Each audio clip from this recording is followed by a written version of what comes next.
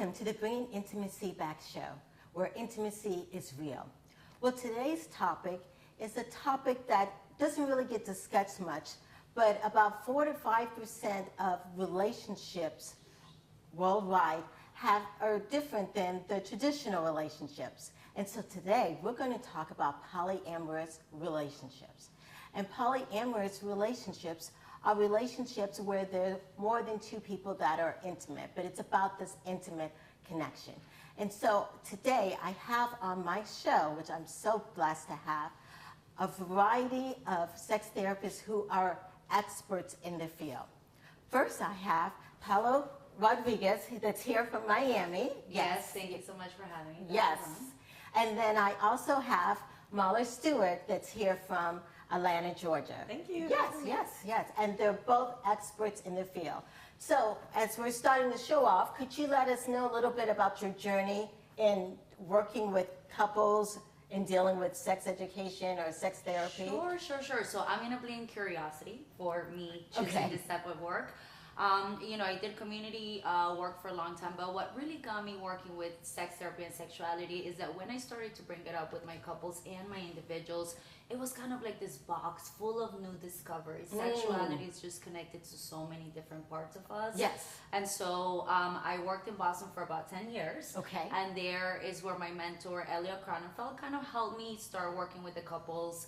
And I just really enjoy relationships. I think they're very unique and they're very, the sexual connection is a very different connection from all the other connections in the relationship. Okay, definitely, yes. And so, Mahler Stewart, is it also curiosity for you that got you in the field? Or? Yes.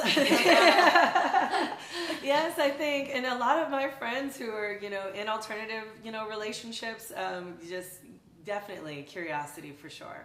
Okay, definitely, yes. And so, could one of you explain to our audience about what polyamorous relationships are about? Sure. So I think polyamorous relationships, I think, there are people that everybody has consent, right? And everybody's aware that we're making different connections. But I think, people tend to think, well, maybe these people can't commit, right? But it's more about an intimate connection. Other than sex. Sex is also part of it, but I think it's almost like an ethical choice to infidelity. Right. And like you said, it's consent. Yes. Everybody's consent. Aware. Yes, everyone should aware. be. Absolutely. Always. Yes. Mm-hmm. I've had people who were like, I'm polyamorous, but my partner doesn't know, and it's like right. Because people get confused with swingers or open relationships. I think we want to be really aware because when we don't have enough information about this stuff, we make inaccurate generalizations. Mm-hmm. Yes. And you can still have that intimate connection when there's a third party. Absolutely. Yes. 100%. Yes. But it's got to be, like you said, that consent. Yes. Mm-hmm. All parties are aware. Yes, definitely. And it's different from swingers, because swingers, they go from one relationship to the next, and there's not that. Yeah, and I would say, and I don't know if you agree with me, I think swingers is, more recreational sex, right? Yeah. Other than a deeper, intimate connection, I would say. Would you agree? Yeah, I would definitely agree. I think it's usually focused on couples. Of course, it's a focus on single ladies. Like my research was on swingers, polyamorous, and kinksters. So, like thinking about like couples, really for casual sex for the most part, and I would say so. Yeah, and a little bit also different from, I know some people use the term open relationships. Yeah, so open relationships or non-monogamous relationships can be a variety. So there are so many different types of relationship constellations that you have to really think about what kind of non-monogamous person you are if you're deciding to go into this lifestyle, or if you feel like you are a part of this lifestyle. So you just have to choose which one fits right for you. Yeah, definitely. And I guess what's really important is the communication. Absolutely. I think communication is something that we talk so much about, but it's so important regardless of what relationship you choose. But I think to your point is, I think one of the questions is how do you poly, right? Because it could be the primary relationship and then one person wants, so I think it's really important just to kind of ground ourselves and understand where the person is at and what kind of relationship they're choosing for them, because one size does not fit all. Right, exactly. Yes, and when you just mentioned with the poly, with the primary and the secondary, is there always that hierarchy of primary, secondary? Not always. Okay. Not always. Yeah, there's a lot of I think more recently there's a lot of more relationship anarchists in a sense of people who don't subscribe to the primary secondary, and then there's some people who are like, no, it is a primary secondary thing, right? But there are certain people that are saying like, hey, you know, sometimes I feel closer to this person that is brand new into my life, and I don't want to rank them over someone who's been in my life for 10 years. Mm-hmm. So it really just depends on that person. And with polyamorous relationships, you know, it takes a lot of communication, so it's like a lot of talking, and understanding where each other is at. Right. And is it, I know for some couples who may think, well, we're struggling right now in communicating, we're struggling with doing this. Is this a fixture to that, or they're wanting more spice in their relationship? You mean like couples who are traditionally not, or monogamous? monogamous? Monogamous, yes. And I've heard that sometimes... Or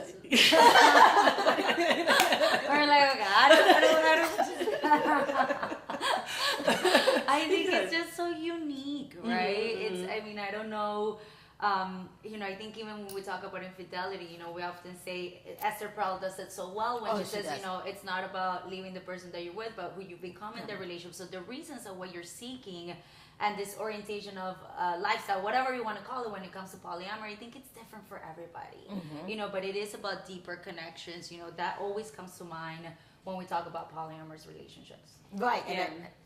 And so it also sometimes within like monogamous couples, when they start to grow, or they're together for 10 years, or they realize, wait a minute, I've been cheating this whole time, but I actually am polyamorous. Like, how are we going to make this relationship work if one person's monogamous and the other person's polyamorous, right? And I think that is where there's a lot of tension, and not to say that they couldn't work, but it just takes a lot of work, a lot of communication, a lot of trust building. Oh my goodness. And I think, you know, to your point, that's so interesting. I'm working with someone right now who's kind of in that, he's been kind of cheating the whole time. Okay. You know, and kind of realizing, okay, what does this mean? I want to be honest and open with myself and my partner. So do I want an open relationship? Am I polyamorous? We're just kind of exploring all these options and kind of how do we present it to the couple. But I think the trust is the glue to the relationship. If we have enough trust, everything else can be, you know, we can work it in an easier, more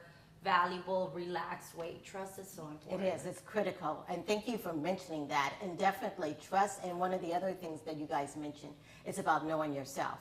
Yes. And so right now we're going to take a short break, but when we get back, we're going to get down into figuring out more about how to know yourself, and also the importance of trust and how to communicate it with your partner. Thank you.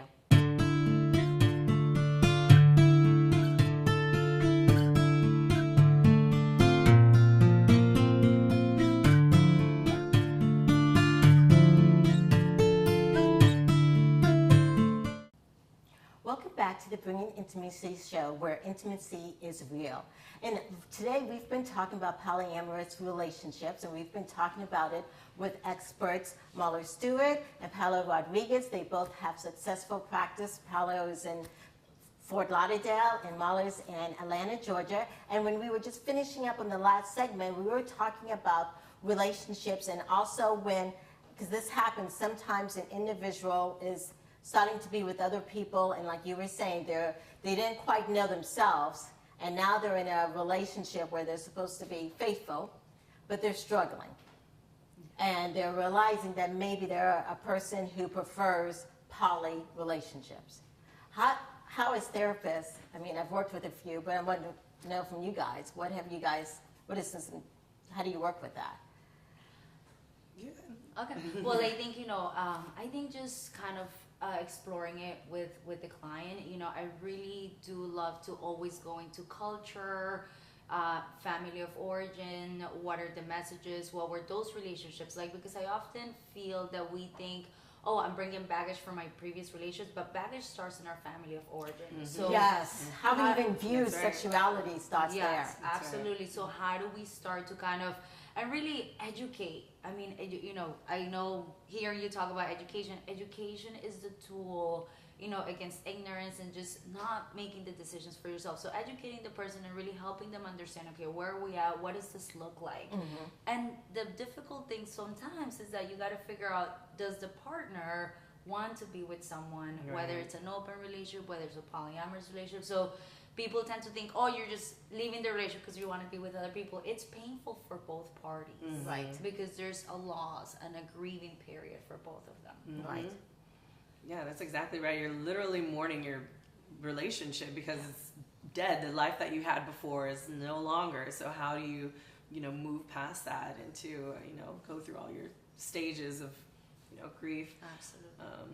Yes, and so I heard you were saying about how the family of origin or what you're brought up in, because sometimes people think that all the different types of relationships are wrong and bad. How do we go about and educate that something's not wrong with you just because you may prefer a poly relationship? Well, I think, I often focus on the shoulds, right? You should be this way, you should be that way. Shoulds are basically judgments, right? Somebody has evaluated you and judged you, and now you've internalized that. Right, so when you say should, I should do this, You should be in a monogamous relationship. You should get married at a certain time. You should have kids. I mean, I'm Colombian, and mom is like, when are you gonna give me grandchildren, lady? And I'm like, I don't know. I'm like, do I want them? You know what I mean? I'm like, but anyways, I think it's about talking about the shoulds and those judgments, right? And being able to put them right here, and let's just look at them together on what makes sense. And a lot of times, I think, to your point, we mourn that too because we're growing away from maybe our culture, messages about our family of origin, and what this means to me, and rebuilding with yourself. Right. Yeah, it's a lot of that unlearning, just unlearning all of those messages and realizing what those messages are. Because sometimes you don't even realize what the messages are, right? So it's like a lot of talking, a lot of being like, where did you learn this from? And how can we move past it if it doesn't feel right now, Yes. Have you guys seen, because I've seen it sometimes where there's jealousy. And how does that work when there's a poly relationship where one partner is jealous of another? Have you guys seen that in working with those type of relationships? Yeah, that always happens. Yes. I think that always happens. Yes. People tend to think, oh, so everybody's happy, right? Yeah, No, right? Right. But I think we go back to the idea of communication. It's okay to talk about that, that jealousy. Where's it coming from? And, how do we, again, all together figure this out, right? Whether it's primary, secondary, or whatever it may be.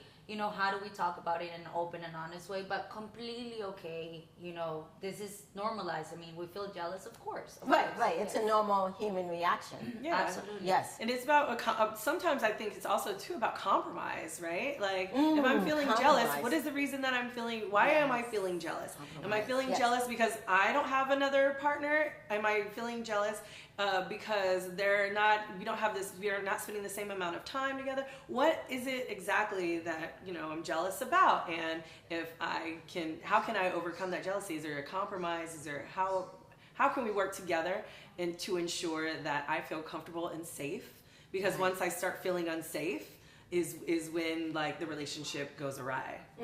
Definitely. And I'm glad you mentioned the word safe because that is really critical. Well, I think comfortable too. Those two words, comfortable and safe. How can we trust if we don't feel safe, and how can we be playful if we don't feel comfortable? Right. So those two words, I really, they're important to talk about, and it goes along with that idea of trust. Yes. And so, how do you get couples to? Because you've been mentioning talk. How do you get couples to start talking about these things? That sometimes they get in these relationships and they don't communicate.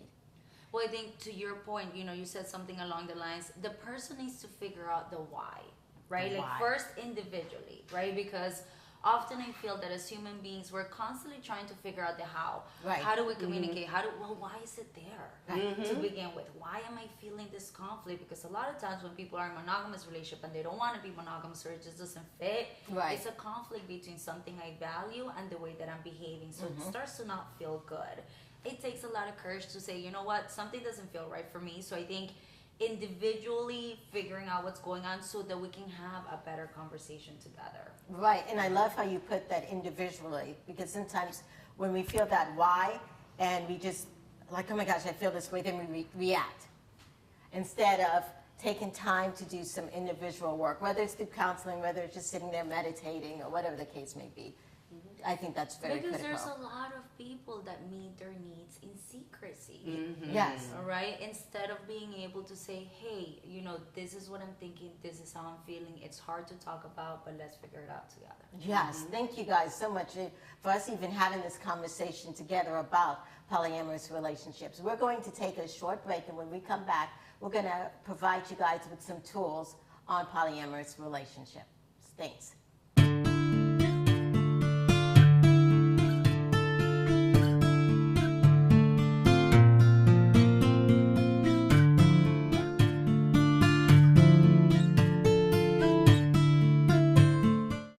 Welcome back to the Bringing Intimacy Back show. Today we have been talking and laughing and getting some information about polyamorous relationships, and I've been blessed so much to have two great experts. We have Mahler Stewart, that is from Atlanta, Georgia, and she's also going to branch out down into the South Florida. And then we have Paulo Rodriguez, who's right here in Fort Lauderdale. So right now, I want to talk about some tips, because there are people out there that are listening, and maybe this is the first time they're even thinking about this. They're like, oh my gosh, I've been so unhappy in just having one kind of intimate relationship, and I've been wanting to go into this. What are some tools that you can provide for them? Well, I think for starters, you know, it's really important to, we often go on Google on the internet to kind of look for this stuff, but making sure that we have, you know, valid resources, you know, that where we can kind of start getting some information. But, you know, I'm a little biased, but I'm such a big believer that just having someone to talk to and help you through that process. You know, it's so easy. We need legal advice, we go to a lawyer. You know, we need something from an outsider. So I think having an outsider perspective and just helping you figure this stuff out is really important. Right. And I'm glad you said getting help, because sometimes in a variety of different cultures, especially in one of my own cultures, that going to counseling is like There's a taboo and stigma. But sometimes it's good to go just to get insight, to know more about yourself. Definitely. Yeah, definitely. And like you said, it's sort of Googling is sort of like the hard when people are like, well, I found, I'm like, okay, well, who was it by? Yes. You know, like, do your research too. Like, you can't, you know, have a list of, you know, somebody puts this out and like, who is this person? You know, what kind of background do they have? You know, do you feel like it's a great background that you would trust this information? So, because there's so many things out on the internet, it can be dangerous a little bit, but for the most part, that having someone to talk to, having someone you trust, who's open-minded, would be really helpful. Yes, definitely. And so what about couples who are thinking about this? Any different suggestions would you give for couples? I think going along the same route. Okay. Right? And really, you know, all of us as therapists and educators and people out there should be, right, trained in this stuff, but unfortunately for some people, we don't have all the information. So I think going to someone that specializes in sex therapy or specializes in intimacy or polyamory work, because, you know, sometimes hearing just a judgment or something can really turn you off. But for couples, kind of going about the same thing, finding reliable information, reliable resources, and then having someone kind of help you out. And with a couple, I would even suggest that having a third party is even, I think, not more important, but just as important. Right, definitely. Definitely. And you mentioned a great point about making sure that you see someone who specializes in sex therapy, because not every therapist specializes in this, and they're sometimes uncomfortable to talk about it. And when the therapist's uncomfortable to talk about it, then it makes the couple uncomfortable too. Yeah. Yes. And I think also there's a lot of polyamorous conferences too. Yes. And those seem to be really helpful. Like when I presented at poly conferences, it's usually, you know, couples who are brand new, trying to figure it out, trying to see if they're into it. And I think going to those conferences are a great sort of 101 way to find if this is the route you really want to go. Yes. And getting the tools too. Yeah, definitely. You both have great websites. Could you explain more about your website and what resources are on there? Sure. So my website is velvetlipsllc.com.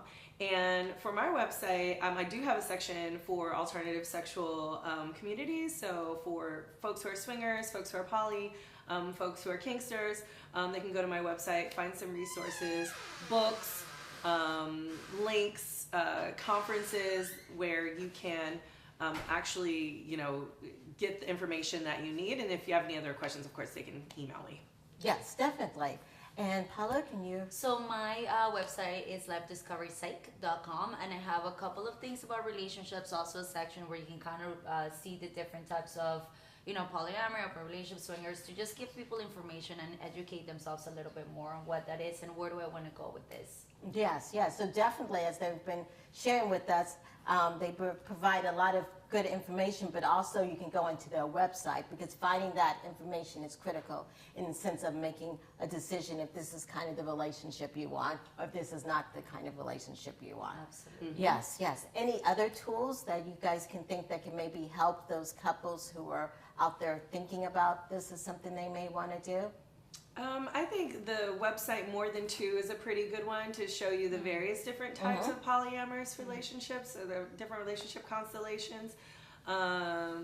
Tristan Taormino's Opening Up is a classic. Ethical Slut's a classic one. Yeah.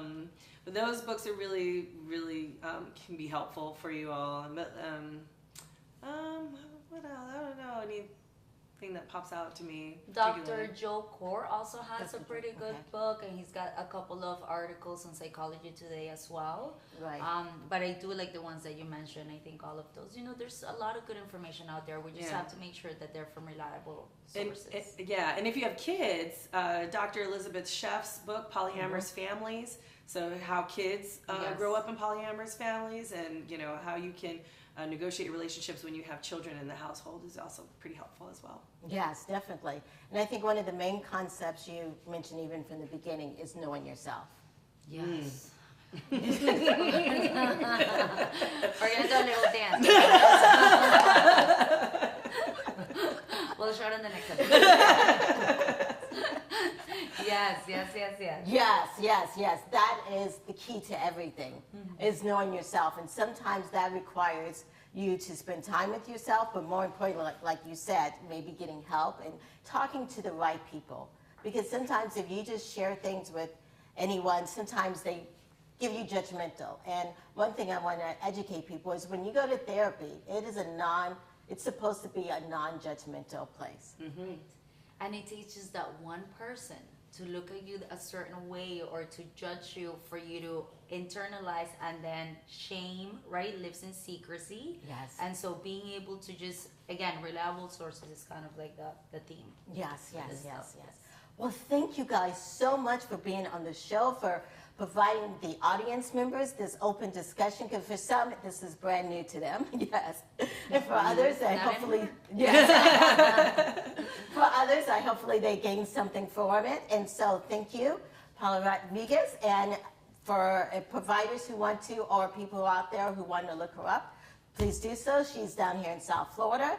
And Molly Stewart, if you want to look her up, she's in Georgia and it's coming to South Florida.